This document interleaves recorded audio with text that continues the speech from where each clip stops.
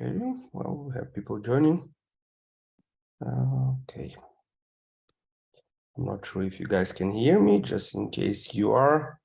We're just gonna wait for a few minutes for my business partner, Oksana, to join. I think she's joining now. Yes. Okay, we can see you now. Perfect. So, Yeah, it's still not even 6 p.m. Okay, now it's 6, but yeah, perhaps Oksana, if you, while people are joining in, if you want to take okay, and Derek is here as well. Great, Derek, great to see you. yes, welcome, Derek.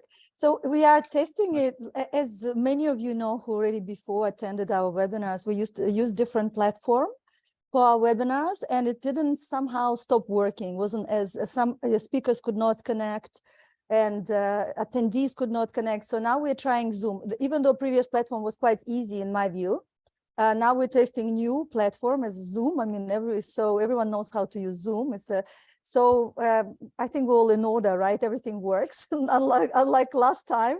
Some speakers couldn't connect, and that was troubleshooting. So welcome everyone. I think as people are kind of joining in, I will fill in the space, gaps. Traditionally, I will quickly, for those who don't know us, so I will introduce Derek very shortly, and we'll give stage to him. We're very excited to have him. A very interesting topic. We have covered hydrogen already on a number of occasions, but Derek takes quite interesting perspective, quite macro perspective on this. So I look forward to his presentation. So for those, and we see that constantly there are new people who are joining us who don't know us. So I will be very brief, and I apologize for those who have attended before. I apologize that I'm sure you've heard this before and you know who we are. But for those who don't know, we're basically Deal Advisory and the platform focused on supporting green energy project developers worldwide in renewable energy, waste energy, hydrogen production, and energy storage. These webinars are hosted as part of our Funding Accelerator program. Funding Accelerator is basically a program to support project developers and help them to accelerate their development of their project and secure world-class partners and funders. We actually now upgrading this program significantly, and I am just really excited, and I'm dying to actually roll it out and share it with you all. But I will just give you a little kind of preview. So reflecting on our, close work with hundreds of developers, and reflecting on the efficiency of the investment facilitation process, developers frequently approaching us and they say, hey, we need money really quickly. Can you get us money like 2 weeks, 1 month? I say, listen, we'd love to. Tomorrow. Yeah, yes, yesterday. Tomorrow. Exactly. I say, we don't have this investors who will come with a suitcase and give you 100 million like this. It doesn't work like this, As much as we would love to help you as quickly as possible, there is a process to it. And the misconception that I see quite frequently is developers underestimate how much work they need to put into preparation. While investors also, they have mandates, they need to hit their targets, they need to deploy their capital. Sometimes they have a target to deploy, say, $1 billion this year. So, and the problem is they want to do it, but the projects are not prepared. So what happened is that, okay, they straight away, okay, we present a project to investor. Investor first thing, investor will go, okay, let's do due diligence. Let's do data room. They go to data room and there is 2.5 pages, some scanned, very poor financial model and few ideas. I mean, that's not how it works, right? So we during this program, we work with developers. We tell them in advance, we know what investors will require in order to complete investment process, and they will not move. They will not move into investing money into project unless all of this is prepared. So then what happens is then you know, investors start doing due diligence, paperwork is not ready. They request the paperwork. Developers start running around to start preparing this. Then it takes very long time. Investors lose interest. They shift their focus to something else. Then we lose opportunities. So what we do as part of this program is we prepare you upfront. We assess your project. We look at your data room. We look at what do you have, what you don't have, what you critically need. What is the minimum required of papers, you know, documents, permits that you need in order to start the process, investment process. And we help you prepare in advance. Yes. So this program becoming much more comprehensive, much more, we add much more value. It's actually will be very structured. If before we had a more flexible approach, here you will definitely be getting incredible amount of value and guidance. So if you're a developer, please do share your, you know, reach out to me or Vlad. Most of you already know us quite well, but do reach out to us and we would love to help you. You know that our passion is to make our planet green again. So our children have an habitable world to live in. And this is Derek's passion too. So with that, let me introduce our colleague, Derek Wilson. Derek been in, you know, his by education is electrical engineers and he studied acoustic as well, I think. 30 years in business from, you know, and all these 30 years committed to sustainability and making the world a better place, right? So, and then of course, from 2005, he is in hydrogen economy. He created a flexible model for sustainable city, which sounds absolutely fascinating. I'm sure Derek will be able to introduce himself better than I do, but this is like a highlight of Derek. Derek, with that, thank you so much for joining us. And just very quick comment to our audience. Ladies and gentlemen, you know this platform is peer-to-peer learning. So if you have something interesting, if you have really good knowledge or experience, and you have something interesting to share with our community in the space of green energy, you know, renewable energy, waste energy, hydrogen production, or energy storage, please do reach out to us. Let's discuss it. We would love you to share your knowledge, wisdom, and experience with our audience. But now it's Derek's turn. Derek, please welcome. Just before we have Derek give the stage to Derek, just few quick comments about how we're going to run today's event. In the chat, I have uploaded Derek's presentation in case if someone wants to download it, and I have also uploaded our QPQ presentation and a link to our funding accelerator, where you can learn about our funding program. You can submit your projects, reach out to us. As Derek progresses through his presentation, there is an option in Zoom, which we haven't explored before, but I suppose it's, you know, Q&A. That's where you can post your questions. And as Derek, you know, complete his presentation, we'll select a number of questions to answer. So just post if Q&A option doesn't work, just post it in chat. We'll just go through it and and get them answered for you. Thank you, Derek. But also, can I please also, because it's a new platform, as I said, for us. In the previous platform, I could just leave the stage, which I loved. Can I leave the stage, or will I be? No, I will. Yeah, I will. I think I will have to stay. I'll just mute myself and turn off the video for now. But I'll put you move you into an attendee, and then by the end of the session, I'll invite you back so you can wrap up as well. We can wrap up Perfect. together. Excellent. Thank you so much. So I will get the notification, right? That how to come back. Yeah, sure. I'll You will decide to bring me back. back.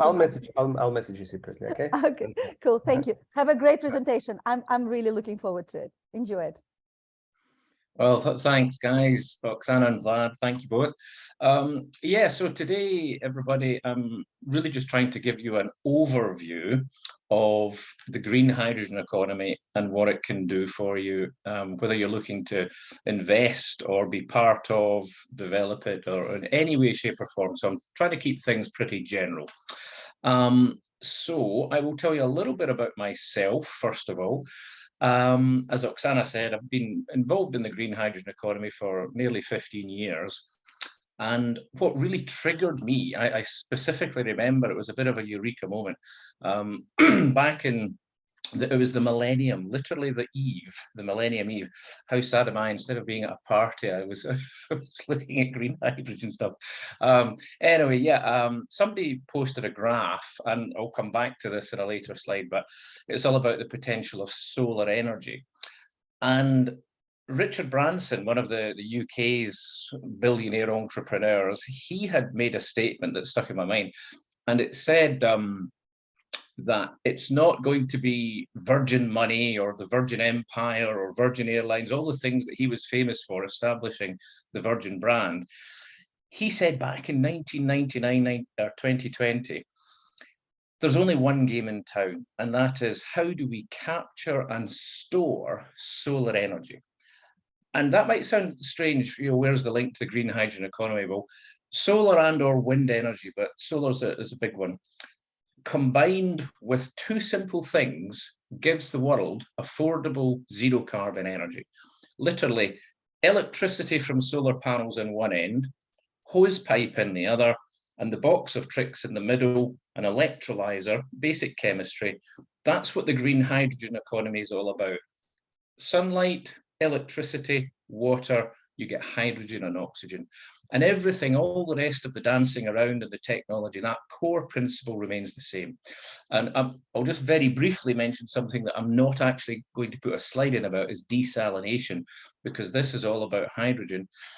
But please remember, we need vast amounts of fresh water because we use electrical energy to split the H from the H2O. So water is the core store of hydrogen. That's where nature stores the hydrogen.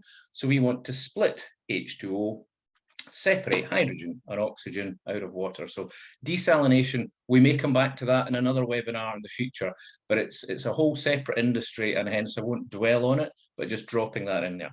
So that's basically how I get in. I just heard a couple of stats, a fact about solar energy, which I'll repeat in a slide in a second, and the simplistic beauty of it, turning water into energy. We all dream of water in the fuel tank and away we go. Well, that's not too far from the truth about the green hydrogen economy, and that's what sparked my interest. Ever since then, 10, 15 years down the road, I've also got involved in biodiversity, because biodiversity, ecosystems and environmental protection goes hand in glove with the hydrogen economy. And as Oksana mentioned in her introduction, we're all here to give futures to our children. All the young guys, if all you young guys out there, you could live for another 100 years on this planet. Men and women will be 100, 110, 120 years old in 50, 60, 70 years old. Years time, the way medicine is advancing. So there's a huge long road ahead, and whatever we do, we have to stop being unsustainable, find ways to become sustainable across all sectors. Now that I'm going to move on from this slide because that's the intro, but that key phrase there, across all sectors, that's the beauty of the green hydrogen economy. This is not an energy storage. This is not batteries. This is not energy production. This is not the smart grid. This isn't one thing. This isn't agriculture. This isn't construction. The green hydrogen economy can and will play an integral part across all sectors. And my personal detailed smart cities project, which has evolved to a point where it now includes agriculture, and of course, water, irrigation, water supply go hand in glove there, construction, zero carbon homes, transport, energy production, energy storage, energy transmission, and of course, biodiversity preservation. Ladies and gentlemen, whatever your project is, whether you're a financier who's never going to leave your desk, you're an investor, or whether you're digging holes in the ground as a developer, whatever you do, I would say this, it has to be sustainable. If your activity, if your day-to-day activity results in a loss of biodiversity and a loss of ecosystems, you are on a road to nowhere, and you'll take everyone with you. So that might sound like quite a dramatic statement. That's not so friendly for an introduction, but my kids' lives depend on your actions, and your kids' lives depend on my actions. This is a one world, one people solution. We have one planet, and unless you're gambling on Elon Musk and been able to buy your way onto one of his fictional spaceships to find Avalon and Pandora, which I ain't putting my money on, we all need to pull together. And the green hydrogen economy is so diverse, it gives everybody an opportunity to deploy their skills in a new and exciting way. And investors, the return on investment, this is going to make the oil, the invention of the internal combustion engine and discovery of oil and the Getty empires, and 100 years ago, the great old money families were formed. The opportunity in the green hydrogen economy is literally tenfold. I haven't included any financials from the likes of Goldman Sachs, but if you get this recording, Goldman Sachs Carbonomics. I suppose I should have put a link to this. It's on my website, zerocarbonconsultants.co.uk. You'll find all these links there. But they, 3 years ago, said that the opportunity was $3 trillion. They now can't upscale, that they can't actually put a figure on it. It's going to be everywhere. That's the opportunity. So that's why I'm involved. That's why I'm excited. Maybe slightly overran on that slide, so forgive me. We'll talk faster. Okay, so that's the backdrop. Time frame. How urgent is it? What's driving the market? What's driving your customers? What will drive your customers? What will drive the competition's customers to what you're going to do? A huge amount of that is media and public awareness of climate change and biodiversity loss. I would like to bond, like we bond the hydrogen and the oxygen molecules together. I would like to bond the word climate, or the words climate change, with biodiversity preservation. The two must be solved. So how urgent is it? There is a book called 6 Degrees, Our Final Warning, published by my favorite author, Mark Lynas, who's published books on this for 20 years. He was another one of the reasons. Sorry for interrupting you. I don't see your presentation. I thought you were going to share your screen. Oh, sorry. You're quite correct. I'm staring at it. 1 second. I was listening, and then I realized that you actually already going through the slides, but we don't. I thought you're kind of still giving the introduction about general introduction before you go, going to go into the slides. But yeah, if you could, I share with everyone can download the presentation in the chat, but it's good if you have it on the screen as well. Sorry, Vlad, I see it says host disabled participant screen sharing. I've just clicked screen share, so.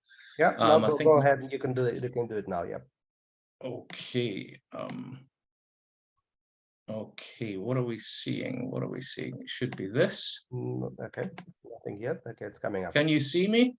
Can you see the presentation? Yeah. You just go into the presentation mode. Yeah, that's the one. Yep. We should. Why is that? Aha. Voila. Yep. Perfect. Okay. Okay. Right, current situation. Yes, this book, I would urge everybody to read this book because it actually will provide some due diligence. This is full of fact, and the facts in this book will be of use in business plans. It's peer reviewed. It's not a blog. It's not a well-meaning journalist. It's not a tree-hugging charity guy. It's cold hard science, and it proves the market and the reasons behind it. I'll be more specific. I'm just going to follow my own quotes here. Well, this is a quote from Mark. I'll come to that. Most of us are well aware that burning fossil fuels releases greenhouse gases, including methane and carbon dioxide, into the atmosphere, where they act like an invisible blanket around the Earth, trapping heat that would otherwise escape back into space. So how and where is this heat going? And how much heat is being trapped? The vast majority of this heat is being stored in the Earth's oceans. And in 2020, this heat energy was equal to the heat energy of 3 Hiroshima-sized nuclear bombs per second, 24/7, 365. Now, that book will change your outlook. It will give you a sense of urgency. It will give your customers and your backers a sense of urgency. When you think about that, I'll be chatting along here, maybe answering some questions in total, maybe for an hour. Every minute, 60 seconds, so that is 3 per second. Every 1 minute, that's 180 Hiroshima detonations in the oceans, cooking the oceans. That's 3 per second, 180 per minute. It's mind-bending.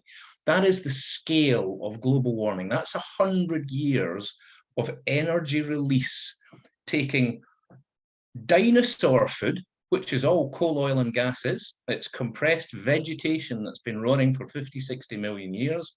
We dig it up, we burn it. Instead of the lightning and the fire of 65 million years ago, we've stored it all up, we're burning it.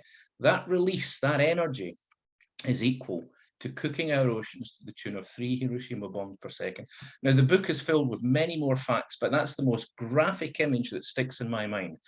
And I think that can be used in many, many cases in a form of due diligence. It really is powerful, and it's something that we all need to bear in mind. A couple of other things briefly. There's some great videos, but the fossil fuel industry, like the tobacco industry, denied cancer was a side effect of smoking until it became so blatantly obvious. The fossil fuel industry has finally, after 60, 70, 80 years, come clean. These two video links, which I'm not going to go into these links, we don't have time. I'm going to keep on time. If we can, I'll come back to them. But these two video links are to US Senate hearings. Remarkable. Scientists that worked for ESO back in the 70s and 80s, and then were legally signed in a 40-year NDA to stay quiet. They've finally been released from the 40-year NDA, and they've gone public. The oil companies knew precisely what would happen, the global warming, the increasing curve of greenhouse gases, i.e. for X 100,000 years, well, X million years as mammals evolved, the amount of carbon dioxide in the atmosphere was hovering between about 200 to 250 parts per million, give or take a little bit. And it only changed, and this is a key point, the amount of greenhouse gas, methane and carbon dioxide in the atmosphere, it only changed over hundreds of thousands of years. Even short term was classed as maybe 1,000 to 10,000 years. They were very dramatic. If volcanic activity dramatically increased, and that clouded the atmosphere, put a lot of soot and particles and cooled the earth, or massive forest fires did the same, or then if carbon dioxide was released, or the temperature rose and the methane was released from the frozen tundra. These huge geological changes happened over geological time. Now, in the blink of an eye, humans come along and in less than 100 years, basically double the blanket round the earth. Now, that data was crystal clear, peer-reviewed, and in-house, and the oil companies chose to sit on it and not tell the world and deny. Now, there are now the next link here is another version of that, a chemical company which has done precisely the same thing. It's made into a movie with Mark Ruffalo, who's obviously famous for his Hulk in the Avengers, but it's full of amazing actors. True story, remarkable. And the point about that is companies simply set aside a few $100 million to drag out court cases for 10, 20, 30 years till the plaintiffs die, basically of old age or whatever disease and toxic side effects from the company's activities claim the lives of the victims, or if they do manage to reach old age and when they simply settle out of court. Now, it sounds like a conspiracy theory, but it's fact. Now, that all sounds very depressing, but as I said to Vlad and Oksana the other day, I would never talk about things unless there's a solution. The second, or the Link Eco side, is the solution to the above and is being implemented and adopted in multiple governments' legal courtrooms around the world. It's going through second and third readings in many European countries. The British government are looking at a version of it. It's a global legislation that will make it a criminal offence to damage the environment. Now you say, Derek, what's the last 5 minutes got to do with me? I want to build a hydrogen plant in a desert somewhere. These are incredibly appropriate. They are going to drive the massive numbers of customers to clean, genuinely clean energy projects. Nobody will be allowed to continue to destroy the planet. And fossil fuels, I'm here to tell you, in no way, shape, or form do anything except destroy the planet.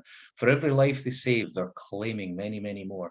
And that doesn't include the massive loss of biodiversity, which is a huge existential threat to our lives anyway. So ecocide, it's hugely important, guys. I urge you to explore the link and investigate it. This is all part of what's driving the green hydrogen economy. Okay. The last link there is just examples of that. Personal law in the UK, individual company directors from Shell are being taken to criminal court.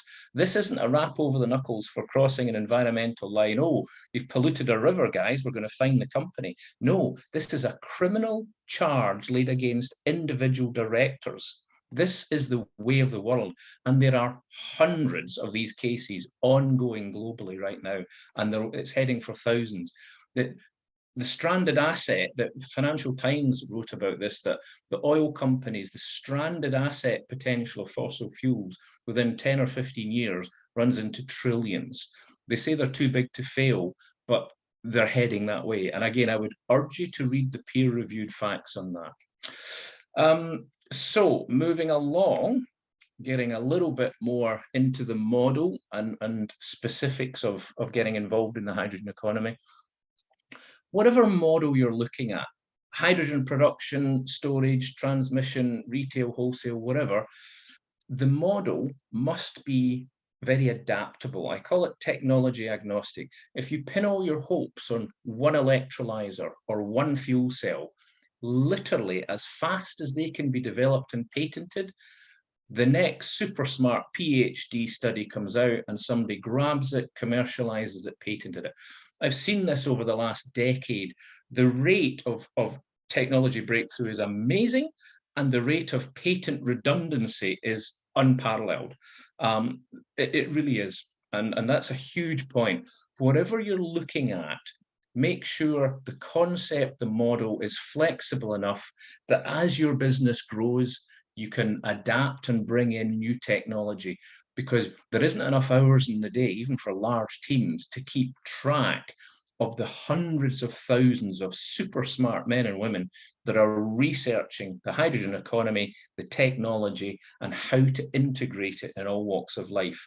It really is where the action is. And whatever you do, please don't pin your hopes on one patent. You know, even if you think you've got the next penicillin, guys, there's a lot more people looking at hydrogen breakthroughs than medical breakthroughs. It really is where the action is. And finally, in that slide there, the end results and goals remain the same. So your fundamental approach won't change. You're looking to be disruptive, to produce clean energy at an affordable price, be able to store it, be able to transmit it, be able to install devices in customers' homes. You may be looking at the hardware. Bosch, one of the Worcestershire Bosch, the biggest boiler manufacturer on the planet, they've already developed a beautiful gas boiler that can go into any home, run on gas happily as it is today, and at any point switch over to a mix of hydrogen or pure hydrogen.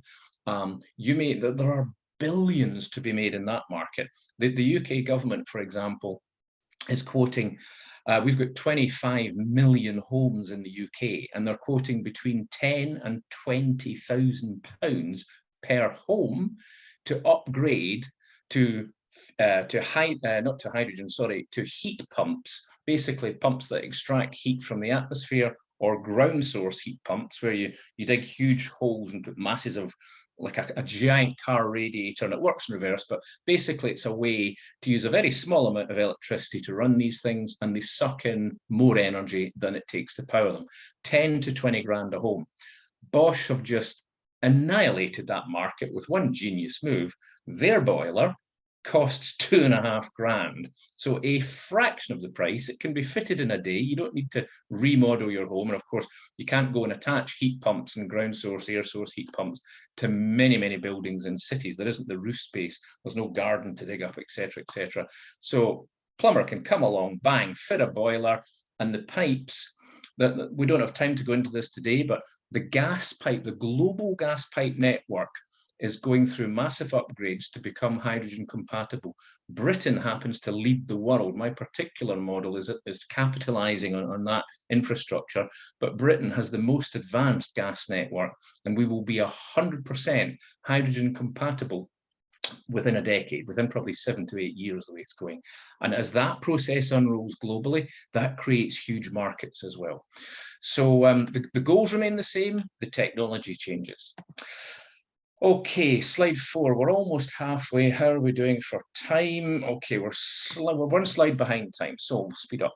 Energy, right, color of hydrogen. You'll have heard the expression green hydrogen. That's what I talk about, it's what I'm involved in. There's pink hydrogen, there's gray hydrogen, there's blue hydrogen. What does it all mean? Very simply in an overview. Green hydrogen uses renewable energy, i.e. wind, solar or tidal, to produce the hydrogen. So remember at the start when I talked about the box of tricks, the chemistry, the electrolyzer, electricity in one end, hose pipe in the other, out pops hydrogen and oxygen. Well, it's the type of electricity, the type of energy you use. And it's as simple as this, guys. Dirty energy in, coal oil gas, or biodiesel, you know, let's go clear cut the Amazon. Let's go plant soybeans and rapeseed oil, produce bio oil, and then, guys, you can run your buses on it. Aren't we champion? Excuse me, you've just decimated an ecosystem that will generate and release 100 times the amount of greenhouse gas that your plants suck in. Not only have you decimated a forest, destroyed biodiversity, here's a no-brainer for you guys. When you pour your biodiesel into your bus or your car or your furnace, it releases the carbon dioxide like any other fuel. So biodiesel is a classic example of greenwash and fake news, which I'll come back to later. But dirty energy or bad energy in produces dirty hydrogen or bad hydrogen. Clean energy in, renewable, produces clean hydrogen. It's as simple as that. You know, you can drill into the facts and quote PhD and peer-reviewed and Google Scholar's your friend, but that's it in a summary. Currently, the vast majority, over 95% of all hydrogen is grey, i.e. produced from dirty coal oil or gas, has to be avoided at all costs. It's actually worse for the planet. It produces less pollution and less carbon to burn gas, continue with our gas-fired power stations, than it is to use that gas to produce hydrogen and then burn that hydrogen. I won't go into the technicalities, but basically you produce 10 to 20 kilos of greenhouse gas for every 1 kilo of hydrogen when you use fossil fuels as the source. There are many, many links, but that link there is talking about blue hydrogen, which is another fossil fuel industry twist to say, hey, we can make dirty hydrogen clean by capturing the carbon, you know, carbon capture and storage. I hope I don't lose too many of you here. You'll all switch off. I'm here to say, if you're backing CCS, carbon capture and storage, you're going to lose your money. There is no, here's one for you. If anyone can go live online and find me in the chat, post me a link to this, there is no commercially profitable working CCS plant on the planet. After 20 years, they haven't managed it. They talk like they have, but they haven't. The only ones that are working are massively subsidized. And the ones that can't work is because they don't make any money. It's as simple as that. And you have to ask yourself the fundamental question, is it better to carry on the fossil industry and try and clean up the mess you make producing hydrogen using dirty fuels, or just use clean fuels in the first place? It is not complicated. And the numbers boil down to, as the International Energy Authority, everybody from the UN to separate governments, the reason they're pouring hundreds of billions into green hydrogen, it is simply cheaper to use the cheapest, the cheapest two sources of energy in the planet, onshore wind and onshore solar. End of. They are clean and they are cheap. So why use expensive, dirty fuels? I'll stop there because that really is a hugely controversial, and you get into all sorts of stuff there, but I urge you to follow that link and many, many others that you'll see on my website. Quick one about hydro using dams. Does anybody want to know the most damaging, the most environmentally damaging energy project in man's history? It's the Three Gorges Dam in China, the biggest hydro scheme ever that annihilated ecosystems, killed hundreds of people, displaced hundreds of thousands of people, and destroyed ecosystems and biodiversity in an unprecedented scale. And there are many, many articles. I mean, the dams are now 15 years old and they don't work. They cost more money than they saved, i.e. it would have been far cheaper. You could have generated more low carbon energy using other methods. So I'll stop there on hydro, but like the Colorado River stopped reaching the ocean many years ago, the ecosystems and all the way upstream for thousands of miles is destroyed. And that story is replicated with many, many river ecosystems being destroyed the world over. We've briefly talked about biofuels earlier. The principle of taking a diverse ecosystem, whether it's wetlands or swamps or anything else, never mind high biodiversity places like rainforests, clear cutting them to plant palm oil or soybean oil or rapeseed oil and make a fuel from it. It has never stacked up and never will, and it's just another example of greenwashing. Okay, lighten the atmosphere a little bit. Why do grizzly bears not chase mice? Why am I asking that question? First of all, the answer, a grizzly bear burns more energy chasing a mice for just 10 meters than it does get energy from eating the mouse. So any projects at a high level, before you get to the financial due diligence that Oksana talked about, and it is obviously key and critical, you have to get it right.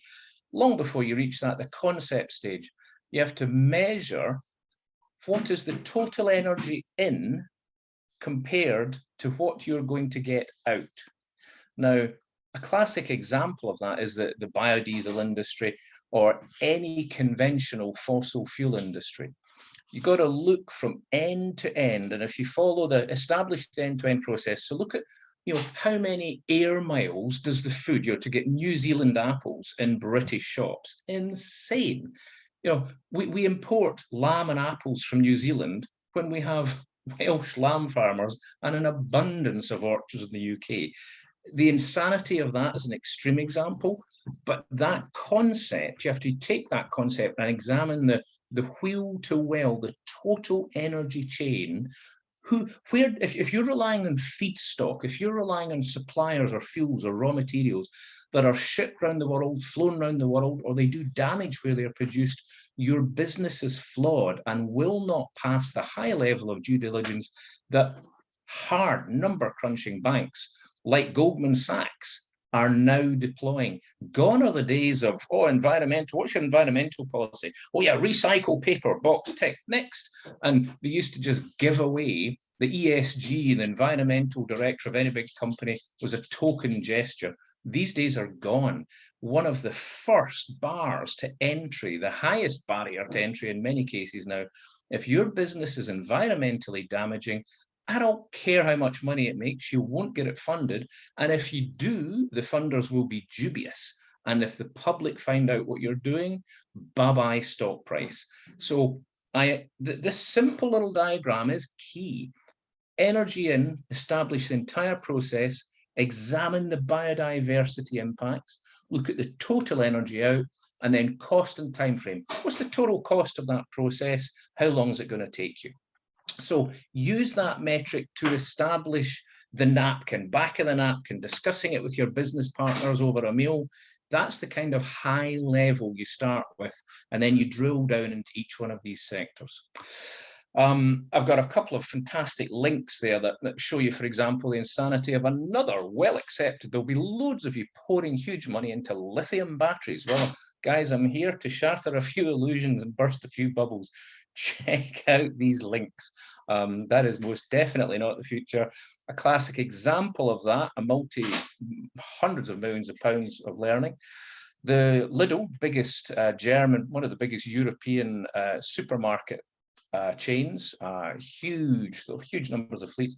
They took all their battery-powered lorries. I mean, they thought they'd done the right thing. Get rid of diesel lorries. Let's put on battery-powered lorries. They just took them all off the road and are replacing them with hydrogen fuel cell lorries.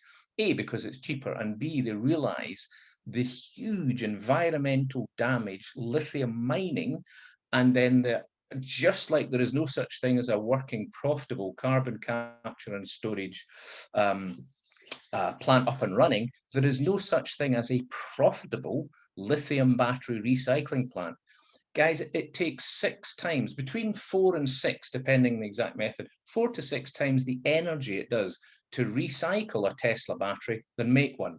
Because a Tesla battery is not a battery. It's not, hey, pick it up, dump it down, ship it out. It's 20,000 individual little cells. You know, the logistics of a team of men or women or AI or robots or whatever sitting down to open up that Pandora's box of every individual cell, it's a nightmare. And huge amount of data on the subject, but suffice to say, do a like for like, do a SWOT analysis, hydrogen fuel cells versus lithium batteries, and it's a no-brainer.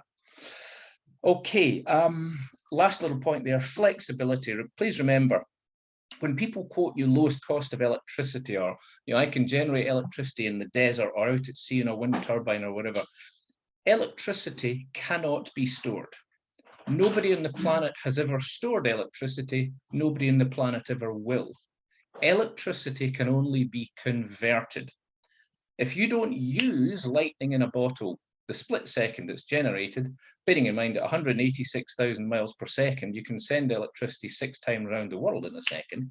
But if you don't use it instantly, you have to convert it. You can't put that electricity in a glass jar, but you can put hydrogen in a glass jar. So you can take that excess electricity, whether it's from wind or solar, or as we'll come on to even nuclear, convert it into hydrogen and then store it for a day, a week, a month, a year, and it doesn't lose any energy.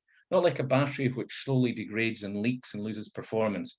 Calor gas cylinders got the same energy the day it was filled to the day it's used, whether it sits on the shelf for a week or a month or a year. So the flexibility, hydrogen is a clean, lossless battery, not just an exciting fuel. I'll have to save time on this slide. Public support, education and media. I've mentioned this a few times. This is to raise the point. Why am I here? Why are you here? Why is Oksana and Vlad involved in this? Already, there's a huge global movement. Everybody from Greta Thunberg, and long before her, many, she stood on the giants of shoulders. She's a wonderful character, but she's by no means the first. Many others have spread her message before.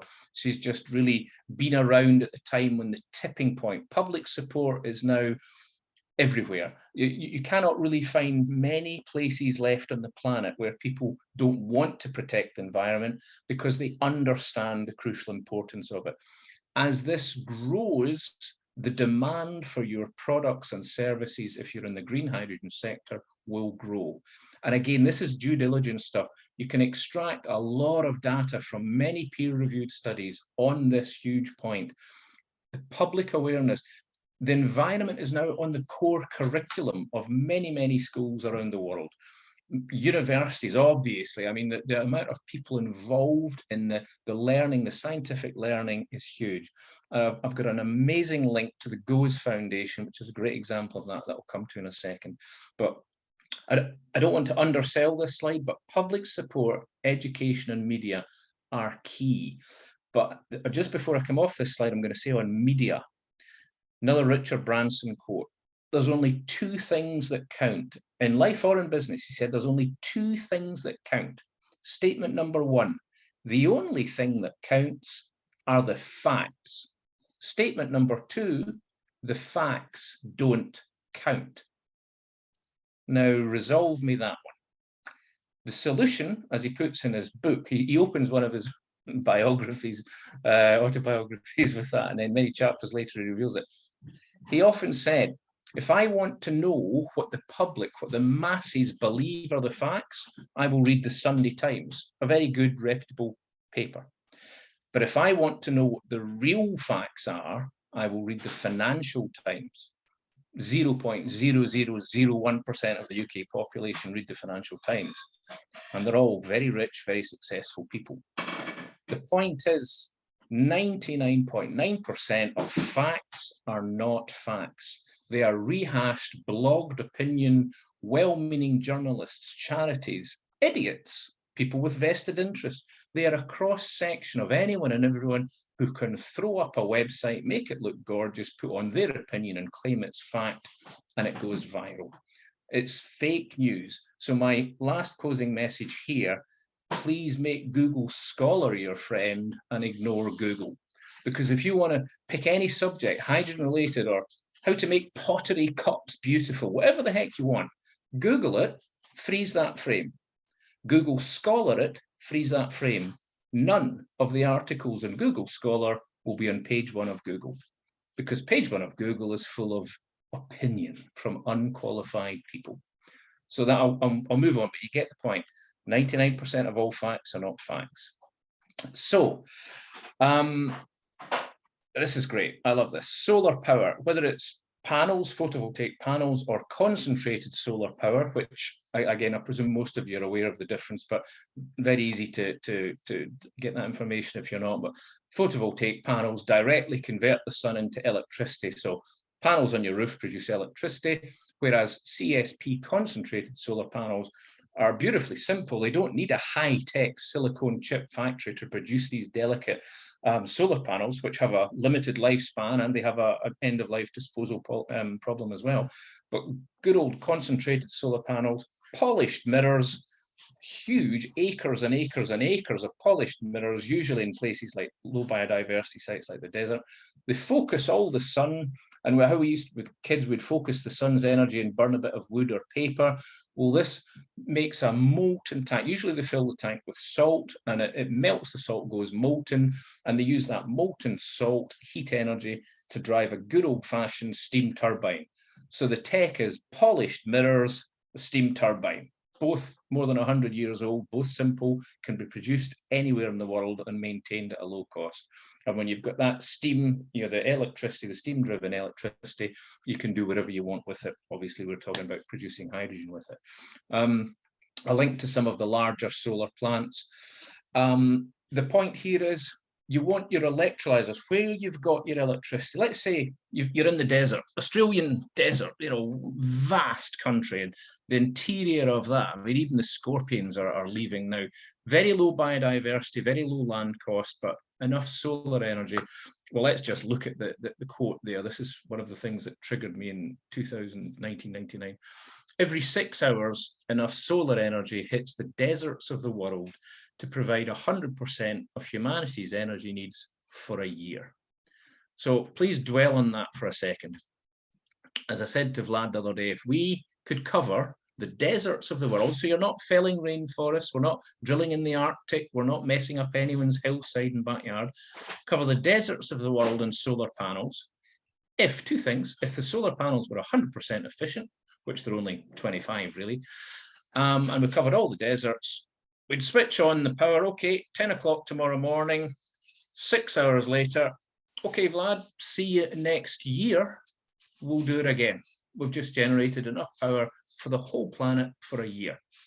This is why Richard Branson said 20 years ago, there's only one game in town. How do we capture and store solar energy? Hydrogen is the answer. Now, of course, solar panels at 25%. So if you scale that down and work it all out, you end up needing to cover 1%.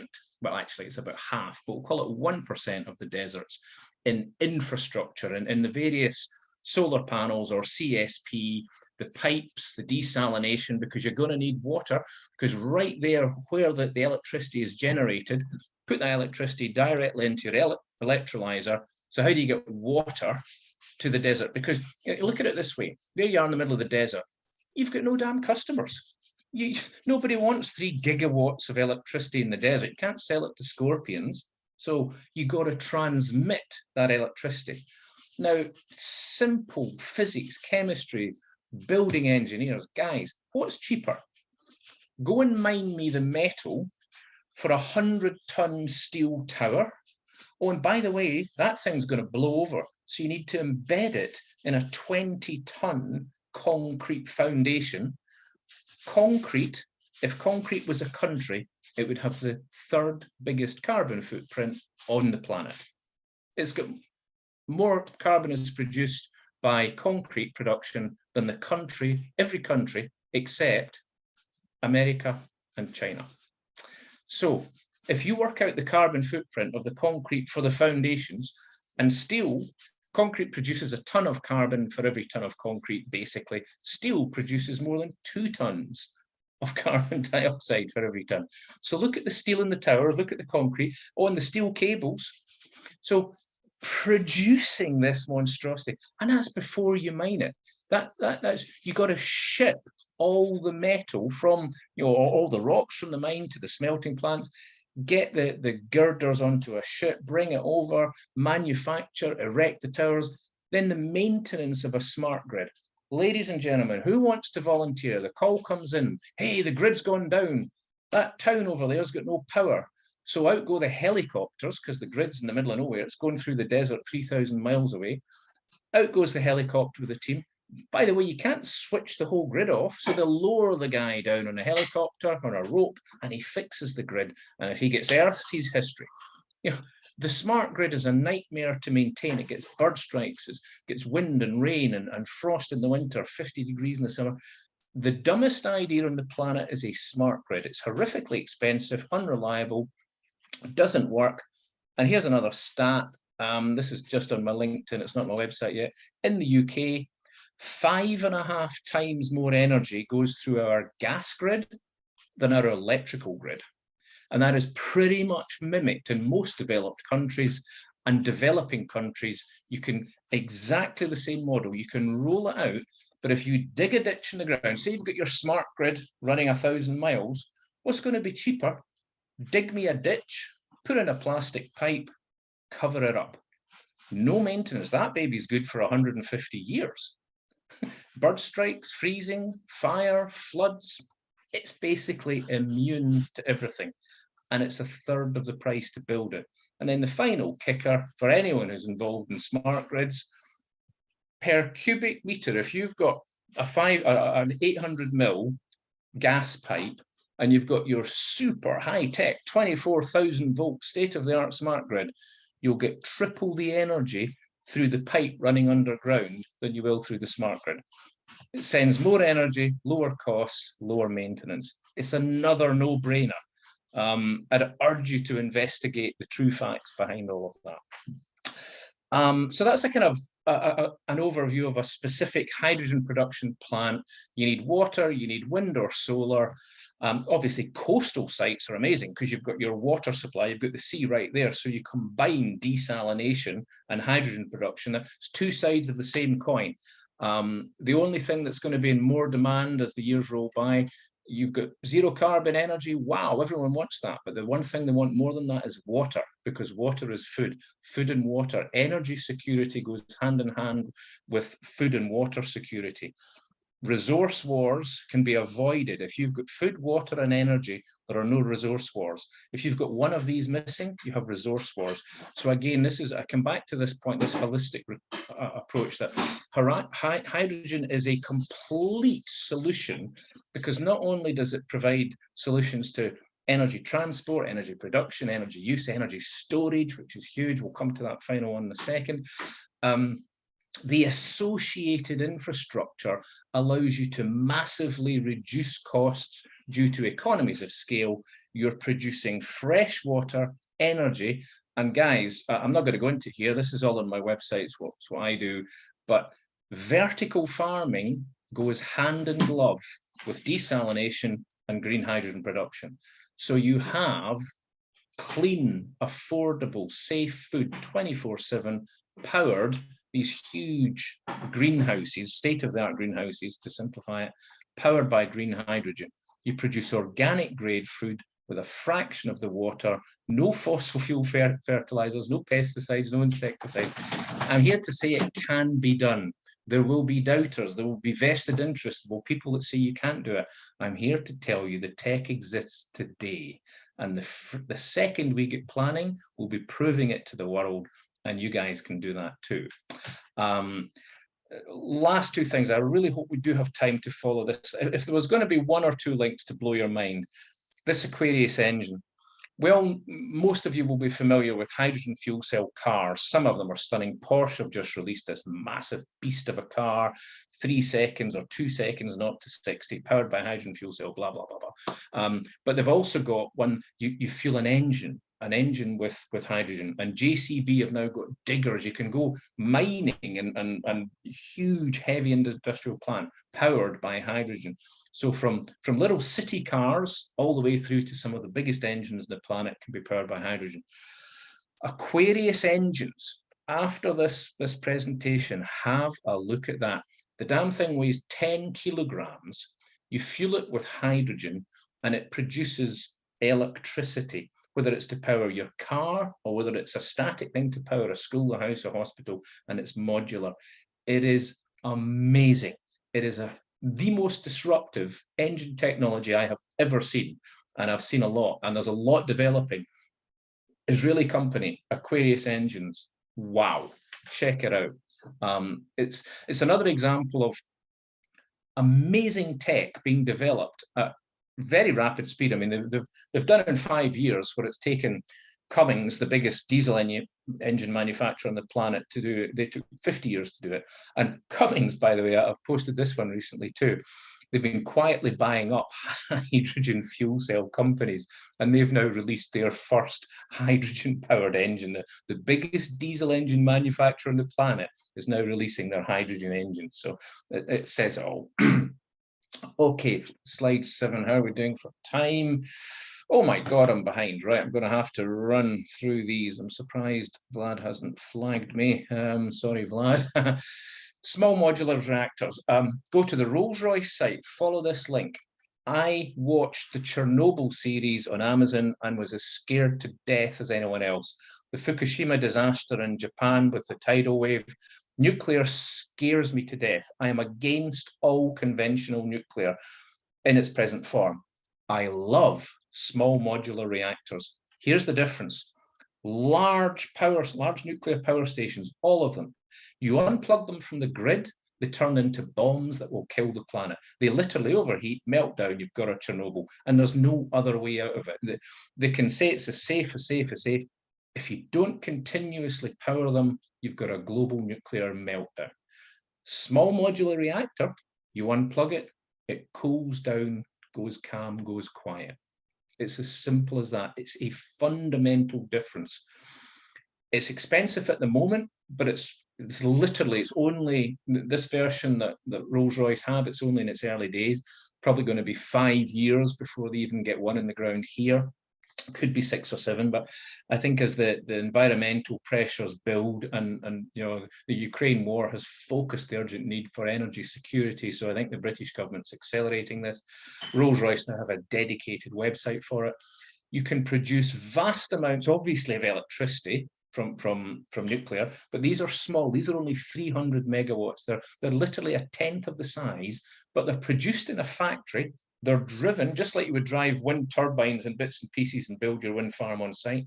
The SMR comes modular, boom, they build it on site. It's clean, it's safe, the cost is coming down and will come down with scale. And of course, when you're powering peak rush hour, it's working full power, powering the grid, that's wonderful. 3 o'clock in the morning, nobody's using electricity. All that electricity goes into electrolyzers to produce hydrogen. So it works hand in glove. That's why SMR is a key part, I believe, of the hydrogen economy going down the road. A tennis court, imagine a tennis court sized piece of land powering a town of 10,000 homes and all the infrastructure that goes with it. Beautiful. Okay, moving quickly along. Oh my God, yes, we have to finish on this if I really do run out of time. Batteries. Hydroelectrics, any form of compressed air. How do we store engine? How do we store energy? Please follow this link after the presentation. It's an underground salt cavern. They used to mine salt there. Now you might be coal mining or any form of underground mining. Britain was famous for its network of underground mines, but salt caverns all over the world. These ones are in America.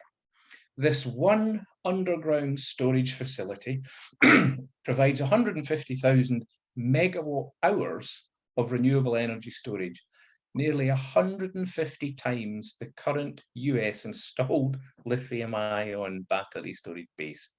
all the batteries in America put together, this one underground hydrogen storage facility stores 150 times that energy. It's a complete no-brainer. You know, this one presentation, I'm sure Elon Musk's going to want to get Hitman on me, but guys, it's fact. You know, this is the emperor's new clothes. It's unbelievable. I'm not making this up. There are many, many more examples, many, many more links. It's just physics. Hydrogen's the end. But why does Elon Musk and everyone else use hydrogen to get their rockets off Earth into space? The reason is it's the only fuel energy dense enough to break the gravitational pull of these massive rockets. Have you ever seen a battery-powered rocket? There you go. You'll never will see a battery-powered rocket. You'll never see a battery-powered shipping container because the battery would need to be the size of the shipping. Sorry for laughing, but it is so basic, and I cannot believe how battery salesmen get away with saying what they say. But that link is going to open your eyes, and there are many, many more like it. Energy storage. People say it doesn't matter, you know, what do you do when the wind don't blow and the sun doesn't shine? Guys, problem solved. Hydrogen is the silver bullet. I refuse to listen to anyone no one can present me with the facts to deny it. It's just fact. So that's me. I'm going to close. What's this one? It's repeating biodiversity. I think you know, this goesfoundation.com, there are 3 or 4 links that are so crucial. goesfoundation.com. We can all play a massive role, get huge returns on investment, build amazing businesses, future security for our families, our countries, everything that we need in the green hydrogen economy. If we don't solve the biodiversity extinction crisis, it's all for nothing. But there are solutions, like everything else. The GOES Foundation, I urge you. I've got Dr. Howard and Diane. They are amazing scientists. Their website's full of astounding information. I really don't have time to repeat it because I don't want to run over here. But wow, you have to look at these guys. We need to solve the biodiversity crisis, and that begins in the oceans. The 60 seconds to close on all this. We must stop polluting the oceans. Everybody knows that planting new trees and allowing rainforests to regrow will suck in carbon. Guys, just like 5.5 times more energy goes through the British gas grid than goes through the British electricity grid, nature, as you know, recycles and stores carbon. The vast majority of carbon storage is done in the oceans, not in the land. The vast majority of oxygen production is done in the oceans, not in the land. It is simpler and cheaper for us to regenerate the oceans by stopping pollution. Currently, last 20 seconds, 80% of all wastewater and all sewage in the entire world goes raw into our oceans. For 150 years, the solution to pollution is dilution. Dump it in the oceans and don't worry about it. We are pumping so much toxic waste in there. That's what's killing the plankton, the ecosystems, the food chains, the coral reefs. Ocean acidification is happening because of pollution. And the GOES Foundation has the solution to all of that. I would urge you, it's amazing. And when you all make hundreds of millions of dollars in these amazing hydrogen projects, go fund the GOES Foundation. Otherwise, it's a worthless journey, but we can do it. So I'm pretty much done. I don't know, Vlad, what you want to do now? Yeah, we have a number of questions, and there still a lot of people are here, even though we're kind of a bit over 1 hour Sorry. time limit, but that's okay. It's very interesting presentation. Thank you, Derek. Let me just select a couple of questions that we can quickly go through, and we won't be able to answer all of them, but perhaps we'll get. I'm curious. Yeah. Vlad, but I'm curious. This is a new system. Am I on stage or I'm not on stage? Can you hear me? Can the audience hear me? Because I cannot see myself. I don't know why you cannot see yourself. Maybe because it's in presentation mode. But yeah, everyone, I can see you. I can hear you. And Okay. I assume everyone can, and yeah, everyone can see you as well. Okay, because I could see myself. Okay, now I can see. Okay, Yeah, correct. you Okay. couldn't see yourself because Derek was sharing screen, so you were not. Okay. Because you invited me and I was wondering like when you will invite me on stage. In the previous one, I could understand when, okay, we're learning anyway. So, Mhm. hey, because I wanted to comment, there were so many wonderful and interesting things that Derek has shared with us. Derek, thank you so much. First of all, really appreciated your passion. It's very, very scientific, hard topic, and Yeah. so when you go into like a really nitty-gritty details, you can lose passion, and your passion really shines in every statement. I really appreciate the way you actually, how many wonderful, great resources that you shared with our audience. That's incredibly helpful. I completely agree with you that facts are not facts nowadays in our, with the internet. And what you see is not necessarily what you get. So you really need to double check and apply real critical thinking. I would like, can you please remind again, you said Scholar Google? Yeah, Google Scholar. Yes, Yeah. Google Scholar? Google Scholar. Yeah, just add the word scholar on, and Google will limit the search to peer-reviewed data. It won't show you any journalists or public opinion. It will only be like PhD papers and published stuff in Nature and Science magazine, etc. That's very useful. Thank you very much. Well, Vlad, do you think we're already quite Let's discover a couple of questions because some of them people pretty are much still repeat here. I can themselves. see that people are still Yeah, here. it was important question regarding infrastructure. So, there are a lot of issues related to infrastructure, storage systems, transportations. Why infrastructure part is not being taken care of in advance by governments to stimulate more actual production projects, hydrogen production projects? I mean, that's key. It's an excellent question. And we have it in Britain, Europe, America, everywhere. Persuading the government to create a policy, tax breaks, and a hydrogen-friendly business policy, that's key. Very briefly, you can do it without government support. In fact, we're proving, we're doing it the hard way. We don't need 1 penny of government grants, but that's only in Britain where we're close. We can key in, we're never more than a few miles from infrastructure, so it's quite unique. If you're looking to build a hydrogen plant or get into the green hydrogen economy and tie in agriculture, etc., you're going to need water is key, and you have to budget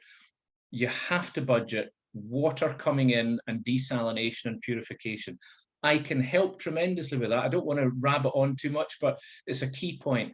But unless the government will give you grants and supports, you're going to have to scale it. The closing answer to that question about infrastructure, it doesn't work. It won't stack up. You won't make any money on a small scale.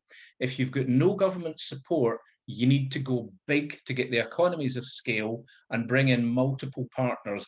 You need desalination, water, and you've really got to key in food as well, because if you've got food security, water security, and energy production, you can name your price and bring in partners from anywhere. If you've only got one of these three, you're not strong enough, and the ROI won't stand the due diligence. All three, you've got it made. So you've got to scale to attract these players. Great. Well, I think you have answered, partially the other question, which was about how to make hydrogen, feasible, or production of hydrogen, viable, because at the moment it's still quite expensive, and generating green energy and then use it to power the electrolyzers to produce green hydrogen is a very capital intensive process. So scaling is the answer, right?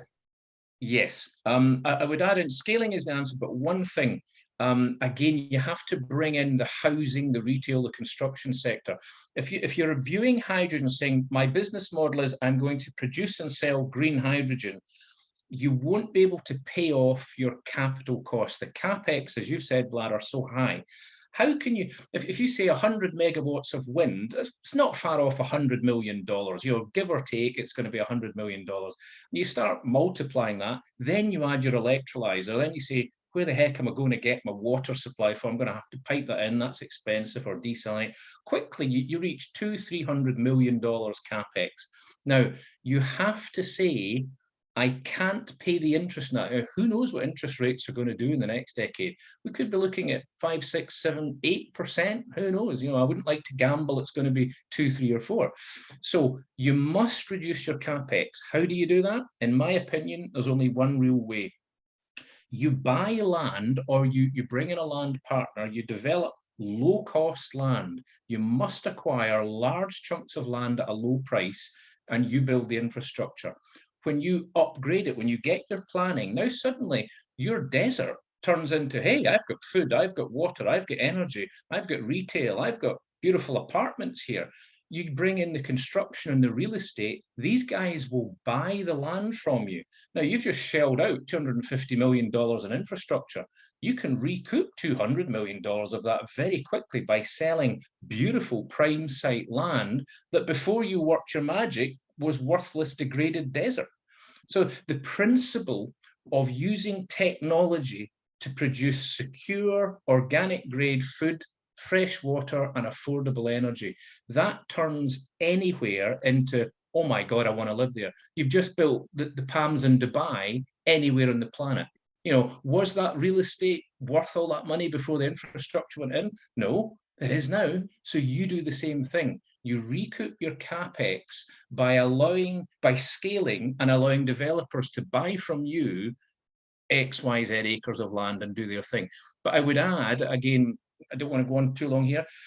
I could, you know, help specific projects with this, but basically, whatever you do has to be sustainable, because you won't get your 250 million, even if it looks like on paper, hey, my God, you can pay off all your capex and then it's pure profit. You're producing hydrogen at $1 a kilo. Oh, happy days. If you're destroying the planet doing it, it's not happy days, and the funders know that. And sooner or later, that money supply will dry up and you'll have stranded assets. It's already drying up. It's already, yeah, it is. There are a lot of funds that have KPIs. And one of them is basically impact on the environment, and they assess it quite carefully. So yes, it's I agree with you. Well, great, Derek. Love the presentation. Thank you so much for joining us. You're welcome. I love how our audience stuck around, you know, despite the fact that we're running over time. Obviously, you kept their attention, as you did mine as well. So thank you once again. Thank you everyone for joining today. If you have any questions, please write to Derek or to us, and we will be happy to answer. You will receive you'll receive replay. Those who couldn't attend because of the time difference will also receive a replay of the webinar. And we look forward to connecting with you for our next webinar in a month or or in months or months and a half away. Well, from now, yes. Well, thank you once again, and wish you a great evening, great day, whichever time zone you are. It's evening for us. Thank you, Derek. And once again, for those who joined a little bit late, you can.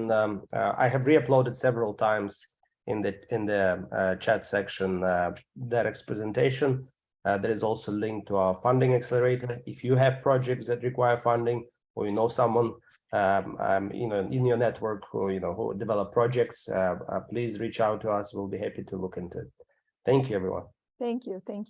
Bye-bye. Cheers, guys. Cheers. Bye-bye. Bye.